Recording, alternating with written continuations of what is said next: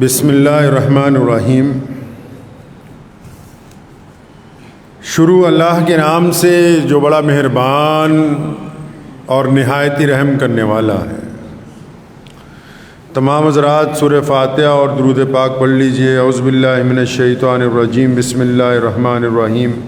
الحمدللہ رب العالمین الرحمن الرحیم مالک یوم الدین، ایاک نعبد وإياك نستعين، إياك نعبد وإياك نستعين، إياك نعبد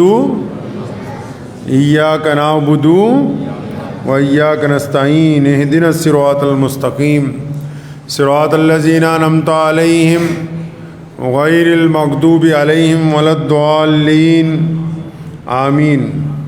دروشی پڑھیے۔ اللہم صلی علی محمد وعلی آل محمد کما صلیت علی ابراہیم وعلی آل ابراہیم انک حمید مجید۔ اللہم بارک علی محمد وعلی آل محمد کما بارکت علی ابراہیم وعلی آل ابراہیم انک حمید مجید۔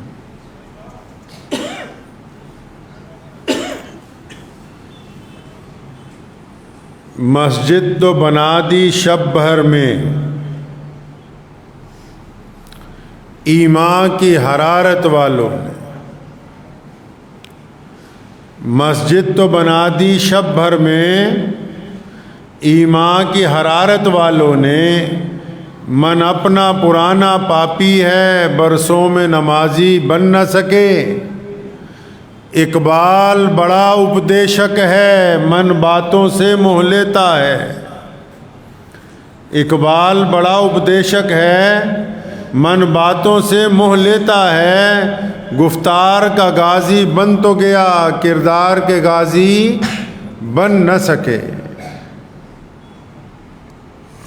علامہ اقبال رحمۃ اللہ علیہ نے کچھ مساجد کے واقعات پر یہ بات قلم بند کی کہ جن کو اللہ تبارک و تعالیٰ نے کلمہ لا الہ الا اللہ محمد رسول اللہ صلی اللہ علیہ وسلم کی دولت عطا فرمائی، بھئی ان میں اللہ نے ایسی صفات، ایسی طاقت رکھی کہ اگر یہ اللہ کے گھر کی تعمیر کرنے پہ آئیں تو ایک شب میں بھی ایک پوری مسجد کی تعمیر مکمل کر دیتے ہیں۔ ایک رات میں ایک پوری مسجد بنا دیتے ہیں تیار، جہاں فجر کی اذان ہونے لگتی۔ مسجد جو ہے وہ بنائی کیوں جاتی؟ مسجد کا مطلب کیا ہے؟ مسجد ہوتی کیا ہے؟ مسجد بنانے کا مقصد کیا ہے؟ اللہ کے رسول صلی اللہ علیہ وسلم نے مسجد کیوں بنائی؟ اسلام کیا چاہتا ہے؟ مسجد کیوں بنانی ہے؟ کون لوگ مسجد کو بناتے ہیں؟ مسجد کہاں بنانی چاہیے؟ مسجد بن جائے تو مسجد کو بنایا کس نے؟ چلایا کیسے؟ مسجد کو چلانا کیسے؟ مسجد کا نظام کیسا ہونا چاہیے؟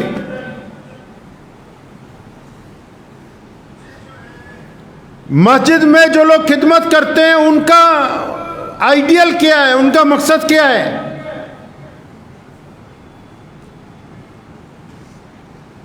مسجد کے انتظامیہ کی کیا ذمہ داریاں بنتی؟ امام کیا ہوتا ہے؟ صدر کا کیا کام ہے؟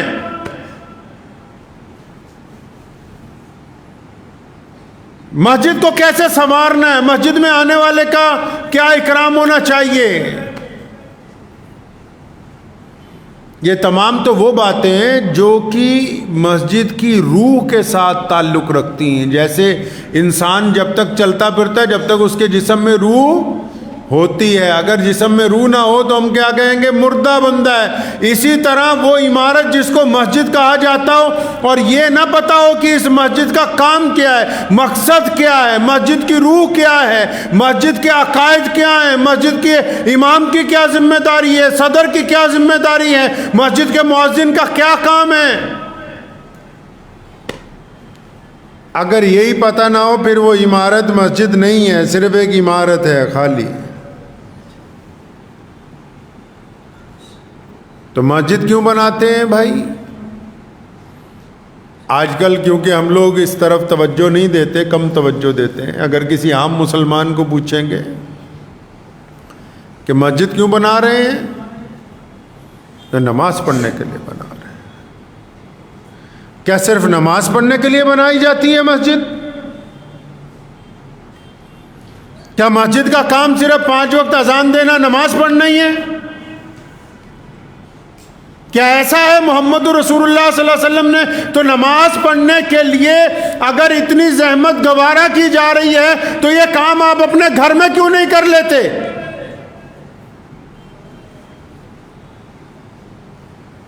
نماز تو گھر میں بھی ہو جاتی ہے، بہت سارے لوگ فجر کی نماز گھر پہ پڑھتے ہیں۔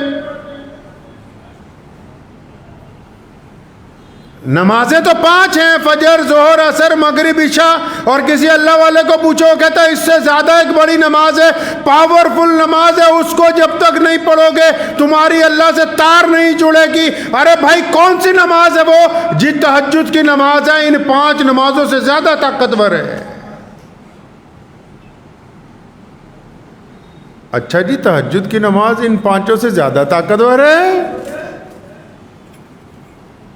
تو وہ کہاں پڑھنی ہے؟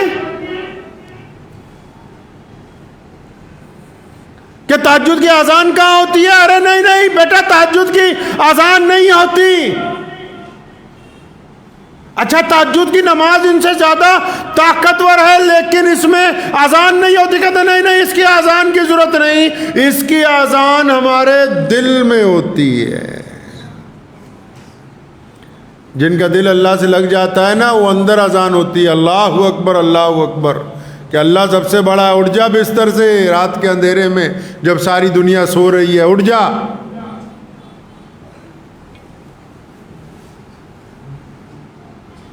اچھا کہتا تہجد میں اذان نہیں ہوتی تو پھر مسجد کیسے کھلے گی؟ بیٹا تہجد میں تو مسجد جانے کی ضرورت ہی نہیں ہے۔ اچھا تہجد میں مسجد بھی جانے کی ضرورت نہیں تو امام صاحب کو گھر پہ بلا لے تہجد کی نماز پڑھانے کے لیے؟ نہیں نہیں، تہجد میں امام کی بھی ضرورت نہیں۔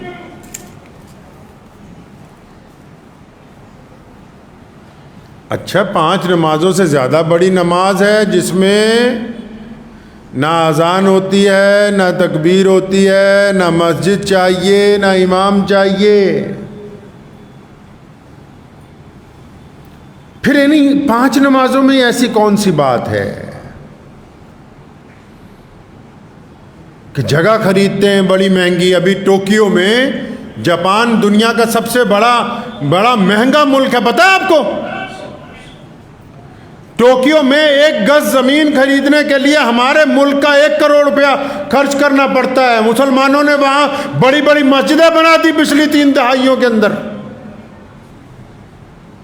وہاں کے یہود و نصارہ حیران رہ گئے اپنی عقل پہ، کہتے ہیں یہاں رہنے کے لیے، گھر بنانے کے لیے سوچنا پڑتا ہے کہ کچھ گز کے اندر بن جائے، انہوں نے مسجدیں اتنی بڑی بڑی تعمیر کر دی، کیوں؟ وجہ پتہ لگے۔ اگر صرف 5 وقت نماز کا مسئلہ تھا تو کیا صرف اس 5 وقت کے لیے مسجد بنا دی گئی؟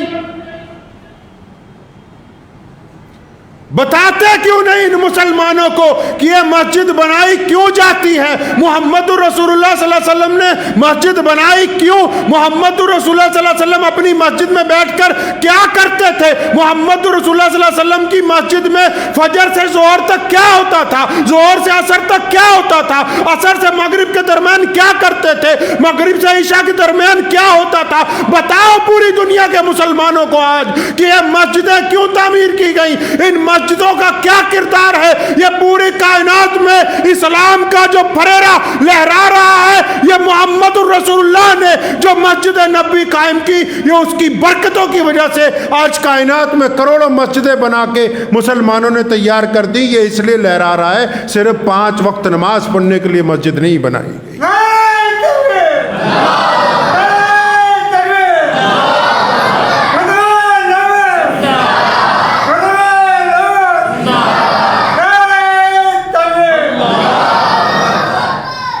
مسجد کیوں بنائی بھائی؟ تہجد تو گھر میں بھی ہو جاتی ہے، ان سے بڑی نماز ہے کہ چلو محمد رسول اللہ سے پوچھتے ہیں، یا رسول اللہ بتائیں مسجد کیوں بنانی ہے؟ اللہ کے نبی صلی اللہ علیہ وسلم سے پوچھیں گے، امام بخاری، امام نسائی، امام ابو داؤد، صاحب طبقات، الگ الگ محدثین اپنی کتابوں کے ذریعے، احادیث کی مستند کتابوں کے ذریعے آپ جائیں، جا کے پوچھیں کہ ہم اللہ کے رسول صلی اللہ علیہ وسلم سے پوچھنا چاہتے ہیں، سوال کرتے ہیں، یا رسول اللہ مسجد کیوں بنانی ہے؟ تو اللہ کا قرآن، اللہ کے رسول صلی اللہ علیہ وسلم کی احادیث مسلمانوں کو بتاتی ہیں کہ آؤ پھر ہم تمہیں بتائیں کہ مسجد کیوں بنانی ہے، کیونکہ محمد الرسول اللہ نے حکم دیا، مسلمانوں مسجدیں بناؤ، مسلمانوں کشادہ مسجدیں بناؤ، مسلمانوں مسجدوں میں آؤ۔ فرمایا یا رسول اللہ کیوں آئے؟ فرمایا تاکہ جماعت کے ساتھ نماز ادا کی جائے۔ کس کے ساتھ نماز ادا کی جائے؟ جماعت کے ساتھ نماز ادا کی جائے۔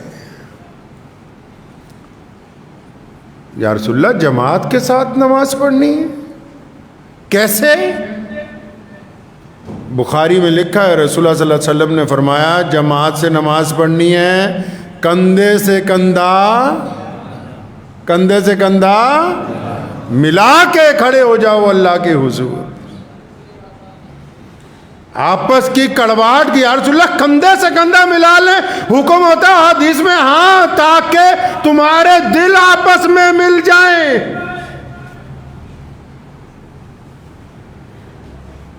یہ سرکاری ملا سمجھتا ہے صرف اس لیے مسجد بنائی کہ 5 وقت اذان ہوگی، نماز ہوگی، تم اپنے گھر ہم اپنے گھر۔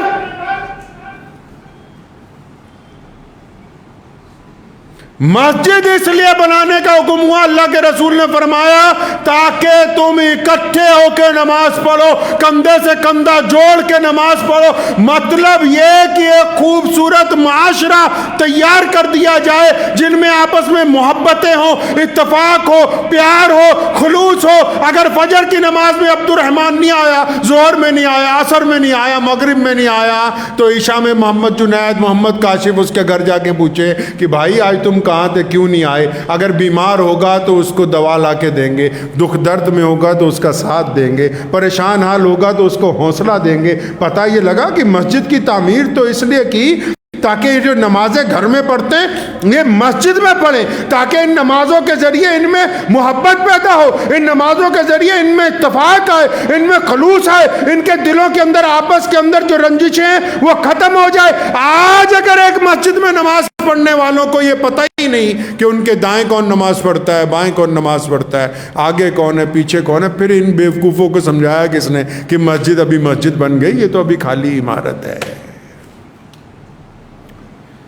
جہاں کوئی کسی کا دکھ درد نہیں سمجھتا تو وہ تو سنگ مرمر کی عمارت ہے۔ 1450 سال پیچھے چلیے، اگر مسجد دیکھنی، اللہ کے پیارے نبی حضرت محمد رسول اللہ صلی اللہ علیہ وسلم کی مسجد، آپ کو پتہ ہے رسول اللہ صلی اللہ علیہ وسلم کی 80% زندگی مسجد میں گزری۔ مکی زندگی حرم کی مسجد میں، حرم شریف میں، بیت اللہ میں، اور مدنی زندگی مسجد نبوی شریف میں۔ رسول اللہ نے ہمیں سکھایا کہ دکھ درد ہوگا تو نماز کے بعد بیٹھ کے وہیں بانٹ لیں گے، پریشانی ہوگی وہیں گفتگو کریں گے، اگر بازار میں کوئی ہمارے خلاف بات ہوئی اس کی گفتگو وہیں بیٹھ کر کریں گے، اگر کسی کے گھر میں شادی ہوگی اس کا پلاننگ وہیں پہ ہو جائے گی، کسی کا نکاح ہوگا مسجد میں ہو جائے گا، کسی کی ناراضگی ہوگی پنچایت مسجد میں ہو جائے گی، کسی کا گھر گر جائے گا تعمیر کی بات مسجد میں ہو جائے گی، کسی کا کاروبار میں نقصان ہوگا ساتھ دینے کی بات مسجد میں ہو جائے گی، کوئی دشمن ہم پر الزام لگائے گا اس کا جواب دینے کی بات بھی یہیں بیٹھ کر گفتگو میں اندر کر لیں گے۔ فرمایا مسجد تو اس لیے بنا دی تاکہ تم آپس میں ایک دوسرے کا ساتھ دے سکو۔ تمہاری مسجد میں تو میں نے سنا ہے کہ کسی کو پنکھا نہیں چلانے دیتے ہو بنا نماز کے۔ کون بدماش لوگ ہیں یہ جو کسی غریب کو 2 رکعت نماز کے لیے جماعت کے بعد کہیں کہ یہ پنکھا نہیں چلے گا، یہ اے سی نہیں چلے گا، فلاں کے لیے نہیں چلے گا، فلاں کے لیے چلے گا۔ مسجدوں کے نوکر مسجدوں کے بادشاہ بن گئے۔ اللہ کے گھر کے نوکر اللہ کے گھر کے بادشاہ بننا چاہتے ہیں، اور جو اللہ کے مہمان ہیں ان کو نوکر سمجھتے ہیں، اپنی اوقات اور اپنی حیثیت بھول گئے کہ اللہ تبارک و تعالیٰ نے تمہیں اپنے گھر میں رکھا کیوں ہے۔ اگر نوکر ہو تو اپنی اوقات اور حیثیت کے اندر رہ کے اللہ کے مہمانوں کا اکرام کرو۔ تمہیں یہ کسی نے نہیں اختیار دیا کہ تم اللہ کے مہمان کے ساتھ کس انداز کے اندر گفتگو کرو گے۔ نوکر کا کام صرف مہمان کا اکرام کرنا، اس سے زیادہ کچھ نہیں ہے۔ ہو سکتا ہے کئی پردھانوں کو، کئی چودھریوں کو میری بات بری لگ جائے جو مسجدوں پہ اپنی اعزاداری چلانا چاہتے ہیں۔ میرے والد صاحب شیر اسلام مولانا حبیب الرحمن لدھیانوی رحمۃ اللہ علیہ، مجھے اچھی طرح یاد ہے، ہماری قدم قدم پہ انہوں نے بچپن سے آج تک رہنمائی کی۔ ہم جو کہتے ہیں بس انہی کی گفتگو ہے۔ ایک دن کسی صاحب نے، ہماری مدرسے میں سے کسی نے اے سی بند کر دیا، کوئی تھا نہیں، تو بڑا بلا کے ڈانٹا مجھے کہ یہ بند کیوں کر دیے؟ یہ کوئی تھا نہیں۔ فرمایا جو آنے والے ہیں ان کو آتی پہلے اس بات کا وہ انتظار کرے کہ مسجد ٹھنڈی ہو جائے، پھر اس کے بعد نماز پڑھے۔ ہمارے ذمے اللہ نے خدمت لگائی ہے مہمانوں کی، اللہ کے مہمان آتے ہیں۔ نبی اکرم صلی اللہ علیہ وسلم کی مسجد دیکھے، رسول اللہ صلی اللہ علیہ وسلم مسجد میں بیٹھے ہیں، سامنے قریب آیا غیر مسلم، رسول اللہ صلی اللہ علیہ وسلم کے پیٹ سے پتھر بندھے ہوئے ہیں، پوری قحط کا مہینہ ہے، مدینے میں کھانا نہیں مل رہا لوگوں کو، فصل اچھی نہیں ہوئی ہے۔ اس نے آگے سوال کیا، یا رسول اللہ میں آپ سے کھانے کا سوال کرتا ہوں۔ محمد رسول اللہ نے اپنے صحابہ سے فرمایا جو اس کو بہترین کھانا کھلائے میں اس کے ساتھ جنت میں اعلیٰ درجے کے کھانے کا وعدہ کرتا ہوں، لیکن اس کو خالی نہیں لوٹایا، کھانا کھلا کے مسجد نبوی سے باہر بھیجا گیا۔ پتہ لگا کہ مسجد تو وہ ہے جہاں اگر کوئی بھوکا آ کے سوال کرتے، تو مسجد سے وہ بھوکا واپس نہیں جانا چاہیے۔ یہ مسجد کے دستور میں لکھا ہے۔ تمہیں تو مدرسوں کے سفیر گوارا نہیں ہے، دو آ جائیں تو۔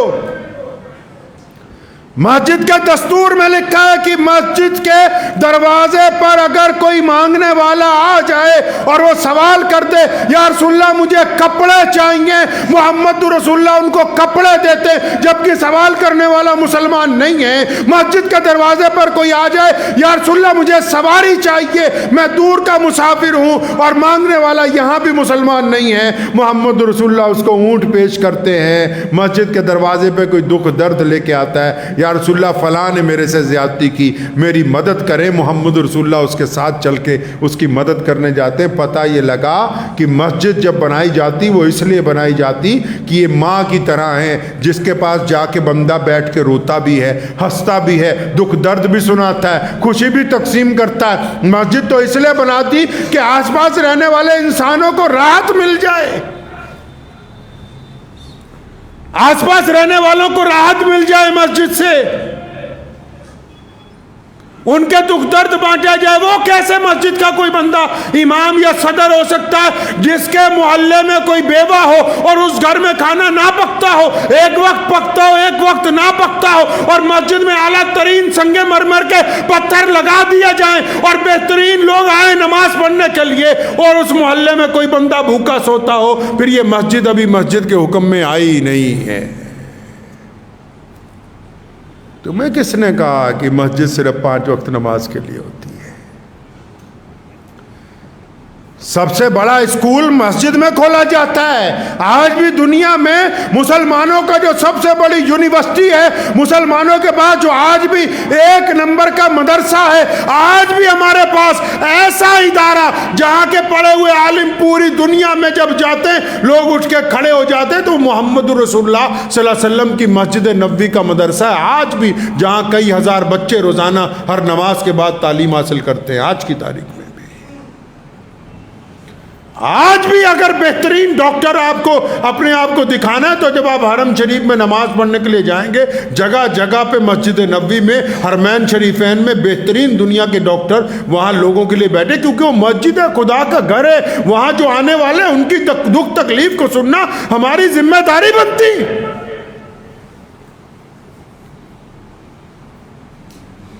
مسجدیں تو اس لیے بنائی جاتی ہیں کہ دکھ درد بانٹے جائیں گے، محبتوں کو عام کیا جائے گا، آپس کی رنجشوں کو ختم کیا جائے گا۔ ان کو پتہ ہی نہیں، ان کو یہ تو میں مانتا ہوں جتنے فروعی مسائل ہیں ان سے سن لو، وہ ٹھیک ہے اپنی جگہ ضروری، ہم کب انکار کرتے ہیں کہ وضو کے فرائض ضروری نہیں، قبلے کی طرف منہ ہونا ضروری نہیں، لیکن یہ بھی تو ضروری ہے کہ جو کندھے سے کندھا روز مل رہا ہے اور ان میں سلام دعا نہیں ہے، ان کی نفرت کو ختم کرنا یہ بھی نماز کے لیے ضروری ہے۔ یہ نماز کے لیے ضروری ہے کہ ان کے اندر رنجشیں نہ ہوں، ان کے اندر نفرتیں نہ ہوں۔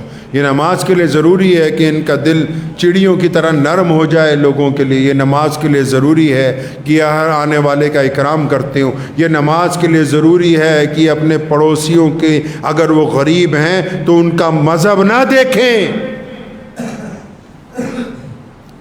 یہ پوری دنیا میں آپ اسلام دیکھ رہے ہیں، پوری دنیا کے اندر آپ دیکھتے ہیں مسلمانوں میں اعلیٰ ترین کوالٹیاں یہ مسجدوں کی بنیادی عقائد کی وجہ سے ہیں۔ آپ چلے جائیں ابھی بھی یورپ میں۔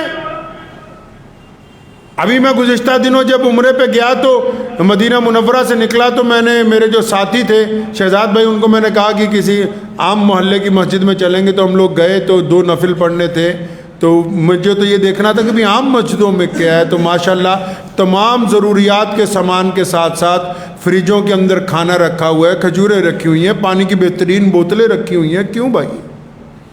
یہ چیزیں تو بازار میں مہنگی بک رہی ہیں۔ یہ تو اس ریگستان کے ملک میں بازار میں یہ چیزیں مہنگی ہیں، کہ مسجد میں تو وافر مقدار میں کیوں بھائی؟ کیونکہ جو بندہ مسجد میں نماز پڑھنے کے لیے آ رہا ہے اس کو تکلیف نہیں ہونی چاہیے، اس کو پریشانی نہیں ہونی چاہیے۔ کوئی مسجد میں آ رہا ہے، کسی کو قرآن شریف چاہیے، کسی کو کتاب چاہیے، کسی کو اپنا دکھ درد بانٹنا ہے، کسی کی پریشانی ہے، ارے تمہیں بٹھایا اسی لیے مسلمانوں مسجد کے اندر کہ تم مسجد میں بیٹھ کے انسانوں کا بھلا کرو گے۔ نماز تو پڑھنی ہے، نماز کا مقصد یہی ہے کہ تم برائیوں کو چھوڑ کے اچھائی کی طرف لگ جاؤ۔ مسجد کی نماز کا مطلب ہی یہی تھا کہ تم اب برائی کے خلاف اٹھ کے کھڑے ہو جاؤ گے، اسی لیے تو مسجد بنائی گئی۔ مسجد نبوی صلی اللہ علیہ وسلم میں بتاؤ تو صحیح، دنیا کا کون سا کام ہے، دنیا کا کون سا فیصلہ ہے جو محمد رسول اللہ نے مسجد نبوی میں بیٹھ کے نہیں کیا؟ کوئی ایک کام تو بتاؤ جو مسجد نبوی میں بیٹھ کے نہیں ہوا۔ ہم لوگوں نے 2 طبقات کے اندر مسلمانوں کو بانٹا۔ دنیا دار لیڈر کہتے ہیں کہ مسجد میں نماز کے علاوہ کوئی گفتگو نہ ہو، اور تمہارے پاس نہ تعلیم کا کوئی نظریہ ہے، نہ تمہارے پاس مسلمانوں کے اتفاق کا کوئی نظریہ، نہ تم مسلمانوں کی کوئی چیریٹی کر سکتے ہو، نہ تم اسلام کے ذریعے غیر مسلم دوستوں کے آگے اسلام کو پیش کر سکتے ہو۔ تمہارے پلے کچھ نہیں، لیکن تم یہ چاہتے ہو کہ مسجد میں صرف 5 وقت نماز کی بات ہو، اس کے علاوہ کوئی بات نہ ہو۔ یہیں پر آ کے تم نے اپنے پاؤں کے اوپر کلاڑا مارا ہے۔ تمہیں یہ بات سمجھائی کس نے کہ مسجد صرف 5 وقت جماعت کے لیے ہے، اس کے علاوہ کچھ نہیں؟ مسجد تو ایکو فرینڈلی ہونی چاہیے۔ مسجد تو کہتی ہے کہ بندہ بنا نماز کے آئے، تھکا ہوا آئے، پریشان حال آئے تو کوئی بات نہیں، اگر وضو کر کے وہ مسجد کے اندر آرام کرنے لگا تو کیا بات ہو گئی؟ مسجد تو بنائی اسی لیے تاکہ لوگوں کو راحت پہنچا دی جائے۔ تم کون ہوتے ہو اس کو پریشان کرنے والے، دوسرے کو سوال کرنے والے؟ اللہ نے کسی کو کسی کے اوپر جج نہیں لگایا دنیا میں، اس کے لیے باقاعدہ عدالتیں قائم کی گئیں، قاضی کے عہدے بنائے، حکومتیں بنائی، ووٹ ڈالتے ہیں۔ ہر ایک بندے کو نہیں اختیار دیا کہ وہ آن دی اسپاٹ خود بولے کہ میں فیصلہ کروں گا۔ ہوتے کون ہو تم فیصلہ کرنے والے کہ کس کی نیت کیا ہے، کس کی نیت کیا نہیں ہے؟ آپ نے اپنے پاس سے نیتوں کا اعتبار کر کے پوری قوم کا بیڑا گرک کر دیا۔ آپ یہی بتانے بیٹھ گئے کہ ہم بتائیں گے کہ کون بندہ مسجد کے اندر بیٹھ سکتا ہے، کون بندہ نہیں بیٹھ سکتا، کون نماز پڑھے گا، کون نہیں پڑھے گا۔ مسجد تو وہی ہے، یاد رکھیے، چاہے آپ کے محلے کی ہو یا آپ کے شہر کی ہو، جس مسجد میں 5 وقت نماز کے نمازیوں میں اتفاق نہیں، وہ ابھی مسجد کے حکم میں آئی نہیں ہے۔ جہاں کندھے سے کندھے نہیں ملے ہوئے، وہ ابھی پوری نماز اپنے حکم میں نہیں آئی۔ جو اپنے امام کا اکرام نہیں کرتے وہ ابھی اعتقاد کے اندر نہیں آئے۔ جس مسجد کے دروازے پر کوئی بھوکا جاتا ہو اور خالی لوٹ آئے تو وہ ابھی حکم میں نہیں آئی۔ جہاں کسی کا دکھ درد سننے والے بیٹھنے کے لیے تیار نہ ہو اور خود میٹنگیں کر کے رات کو بریانی کی دیگ منگا لیتے ہو، یہ ابھی مسجدوں کے حکم میں نہیں آئے۔ یہ تماش بھی نہیں کر رہے۔ پوچھو جا کے ان مسجدوں کے پردھانوں سے، متولیوں سے، بتاؤ کیا کیا آج تک تم نے اپنی مسجد سے بیٹھ کے ہمارے لیے؟ کیا کوئی ٹیوشن سینٹر کھولا ہے مسجد میں؟ کیا کوئی بیٹیوں کے لیے سلائی کا سینٹر کھول دیا ہے؟ کیا ڈسپینسری بنا دی ہے؟ بتاؤ تو صحیح کہ کیا مسجد میں بیٹھ کے؟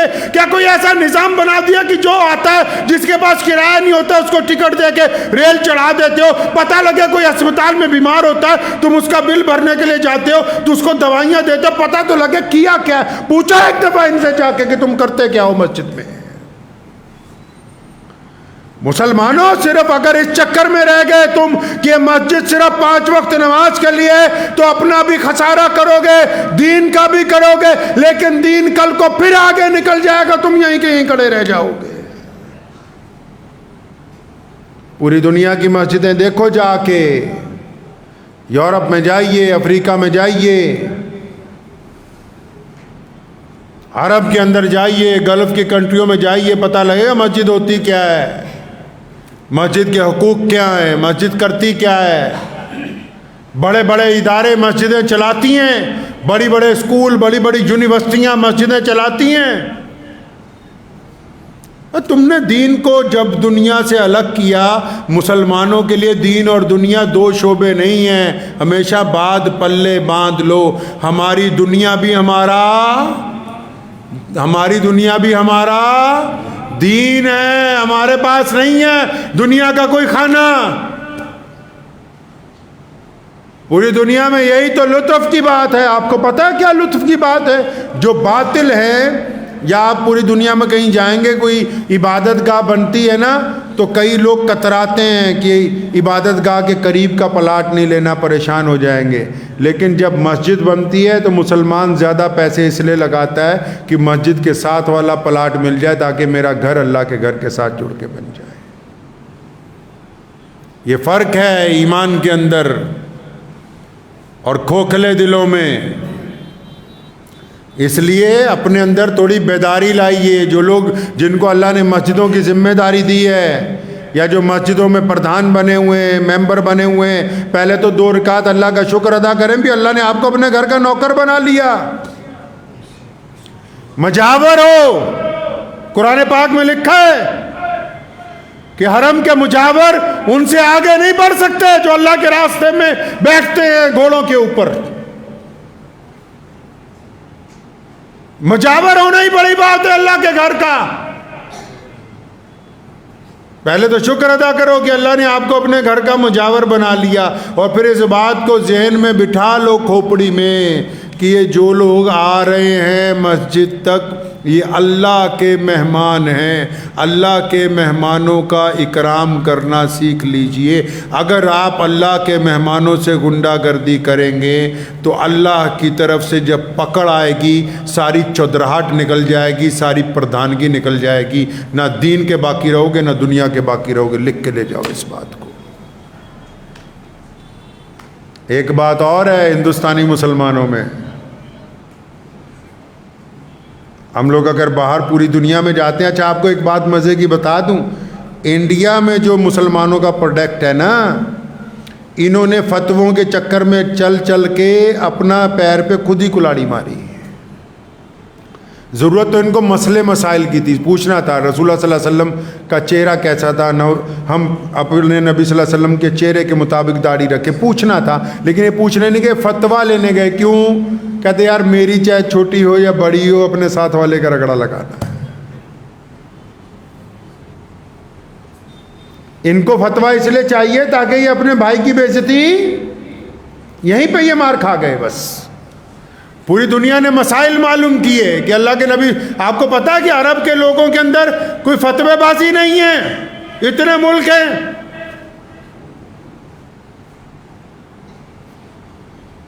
کیونکہ قرآن کو اس کے فہم کے مطابق سمجھ رہے ہیں. ہم نے خود قرآن نہیں پڑھنا نہ، مسجد میں کوئی نظام ہی نہیں بنایا ہم نے کہ جی جو بچے ہیں وہ صبح کو پڑھیں گے، بڑے شام کو پڑھیں گے، جی جو بچے ہیں وہ ظہر میں آ جائیں گے، بڑے جتنے عشاء کے بعد 1 گھنٹہ قرآن پاک سیکھیں گے. نہیں، ہم نے تو کہا جا رہے ہیں تو 5 وقت نماز کے لیے ہے، بس استنجا کرو، نمازو کرو، مسجد پڑھو، بس اللہ اللہ خیر چل رہا. دودھ چاہیے اصلی، دیسی گھی لینے جائیں گے بھی اصلی ہے، کپڑا لینے جائیں گے بھی بڑھیا کوالٹی کا چاہیے. ساری چیزیں ان کو اصلی چاہیے، ہونی بھی چاہیے، صحت کا معاملہ ہے. امام چاہیے، امام کیسا چاہیے بھائی؟ سستا، جتنا سستا ہو سکے اتنا سستا. 4000 میں مل جائے، 5000 میں مل جائے، 6 میں مل جائے. رونے لگیں گے 10,000 پہ، آنسو آ جائیں گے صدر صاحب کی آنکھوں میں. میرے دادا حضرت مولانا مفتی محمد احمد رحمانی رحمۃ اللہ علیہ فرمایا کرتے تھے ہمارے خاندان کے تمام علماء کو، فرماتے تھے اپنا کام کرتے رہو گے، ممبر پہ بیٹھو گے تب ان کو سچی بات سناؤ گے. یہ تو برداشت ہی نہیں کرتے کہ مولوی ان کو صحیح بات کہہ دے، تو فوراً کمیٹی والے میٹنگ بلائیں گے کہ اتارو اس کو آج مسجد کی امامت سے. پنجاب وقف بورڈ کا ایک قصہ میں آپ کو سناتا چلتا ہوں. تو میں نے وہاں ایک دفعہ کہا، اسے 10 سال پہلے کی بات ہے، میٹنگ میں نے کہا ایسا کرو پورے پنجاب میں اماموں کی تنخواہیں بڑھا دیتے ہیں. تو جس دور میں میں تھا مذہبی امور کا چیئرمین تو اماموں کی تنخواہ 7-8 ہزار تھی، تو میں نے سوچا 20,000 کر دیتے. اب باقی سارے ممبران میرے سے بحثنے لگے کہ ارے عثمان بھائی یہ تو بہت زیادہ ہو جائے گا، ان کو اتنی ضرورت نہیں ہے. اچھا مجھے بھی پتا تھا کہ اگر 20 کہوں گا تو 4-5 اور بڑھائیں گے، چلو 13-14 ہزار ہو جائے. تو لیکن وہ گفتگو چل رہی تھی، تو میرے ایک اور دوست ہیں تو میرے ساتھ ہی بیٹھے ہوئے تھے، دنیا دار آدمی. تو میں نے ان کو اچانک کہا، میں نے کہا یہ آپ نے جوتے ماشاءاللہ بہت اچھے پہنے ہیں، تو یہ کتنے کے؟ تو مجھے کہنے لگے یار عثمان بھائی یہ 22,000 روپے کے آئے ہیں، ایڈیڈاس کمپنی ہے اس کے لیے. تو میں نے کہا بس ٹھیک ہے، تو تمہیں جوتوں کی ضرورت ہے، مولویوں کی تھوڑی ضرورت ہے. اس قوم کو جوتیوں کی ضرورت ہے، ان کو اچھے لوگ تھوڑی چاہیے بھائی، ان کو چمچے چاہیے، یہ خود بھی نہیں چاہتے. وہ بھی سنو جو بار بار مجھ سے سرکاری مولویوں کا توا سن کے خوش ہوتے، ارے ان کو بھی اچھے لوگ نہیں چاہیے. ان کا اپنا بیٹا 40,000 روپے مہینہ اڑا دے، یہ امام کو مکمل تنخواہ نہیں دیں گے کہ وہ اپنے بچوں کا گزارا اچھی طرح کر لے. نہیں، ان کے پیٹ میں درد ہو جائے گا. ان کو بھی پھر جوتیوں کی ضرورت ہے. قرآن پاک کے بعد سب سے مستند کتاب ہماری پوری دنیا میں امام بخاری نے جو لکھی حدیث شریف کی کتاب ہے، نبی علیہ السلام کے فرمانات کی کتاب ہے. جو پہلی حدیث انہوں نے نقل کی، فرمایا کما قال النبی صلی اللہ علیہ وسلم انما الاعمال بالنیات، کہ عمل کا دار و مدار نیت پہ ہے. جب ان کی نیت ہی جوتے کھانے کی ہے تو پھر اللہ نے وہی انتظام کر رکھا، وہی انتظام کیا ہوا. تو اس لیے اگر آپ باقی چیزیں اصلی چاہتے ہیں، اپنی مسجد کے امام سے لے کے نظام تک کو بھی دینی بنانا ہوگا. لکھ لو آج اس بات کو اپنے دل پر. جتنے پردھان حضرات ہیں، ممبران حضرات ہیں، آپ کے لیے میں دعا گوں، کسی کے لیے کوئی برا خیال کبھی دل میں نہیں آیا، لیکن میں آپ سے بھی گزارش کرتا ہوں سر جوڑ کے بیٹھ جاؤ. یہ وقت ہے دوبارہ اسلام کے پیغام کو عام کرنے کا. یاد رکھو دنیا میں جب بھی اسلام کے خلاف باتیں زیادہ ہونے لگے تو وہ وقت ہے سروائیو کرنے کا، وہ وقت ہے آگے بڑھنے کا، وہ وقت ہے لوگوں کو بتانے کا کہ اسلام کیا ہے. اور یقیناً جب آپ آگے بڑھیں گے پریشانی کے درمیان تو اللہ نے آپ کے لیے کامیابی رکھی ہے، اس کے اندر گھبرانے کی کوئی بات نہیں ہے. سر جوڑ کے بیٹھ جاؤ، دیکھو کیا کر سکتے ہیں اپنی مسجد میں، کون سی تعلیم کا نظام چلا سکتے ہیں، کون سے کالجوں کے زیادہ بچے ہیں جن کو ٹیوشن دے سکتے ہیں، کون سا ایسا غریب ہے جس کو پیسے دے کے چھوٹا سا اس کا کاروبار شروع کروا سکتے ہیں؟ کیا ہمارے پاس نظام ہے کہ رات کو مسافر آئے تو ہمارے پاس ٹھہر جائے؟ ہمارے پاس ایسا کیا نظام ہے کہ ہمارے امام کو کوئی دکھ نہ ہو، تکلیف نہ ہو؟ ہمارے پاس ہم نے کیا کیا ہے؟ آج سے یہ سوچے بس جا کے اپنے محلے کی مسجد کے لوگ بیٹھ کے یہ سوچے بھی ہماری مسجد نے آج سے پہلے کیا کیا ہے انسانوں کے لیے، ہمارے محلے میں جو غیر مسلم غریب ہے اس کے لیے ہم نے کیا کیا، اپنے ہندو سکھ بھائیوں کے لیے ہم نے کیا کیا ہے، اپنے پڑوسیوں کے لیے ہم نے کیا کیا ہے۔ صرف 5 وقت نماز نہیں، مسجد نبی صلی اللہ علیہ وسلم کی سنتوں پر ہونی چاہیے۔ میرے نبی کی مسجد میں غریب کے لیے کھانا ہے، میرے نبی کی مسجد کے لیے مسافر کے لیے سواری ہے، میرے نبی کی مسجد کے لیے زخمی کے لیے ملم ہے۔ تو ہمیں اپنی مسجد کو اپنے نبی صلی اللہ علیہ وسلم کی مسجد کے مطابق چلانا ہوگا انشاءاللہ تعالی۔ چلائیں گے جی انشاءاللہ۔ دعا کیجیے اللہ تعالیٰ مجھے بھی آپ سب کو بھی ان باتوں کے اوپر عمل کرنے کی توفیق عطا فرمائے۔ وآخر دعوانا ان الحمدللہ رب العالمین۔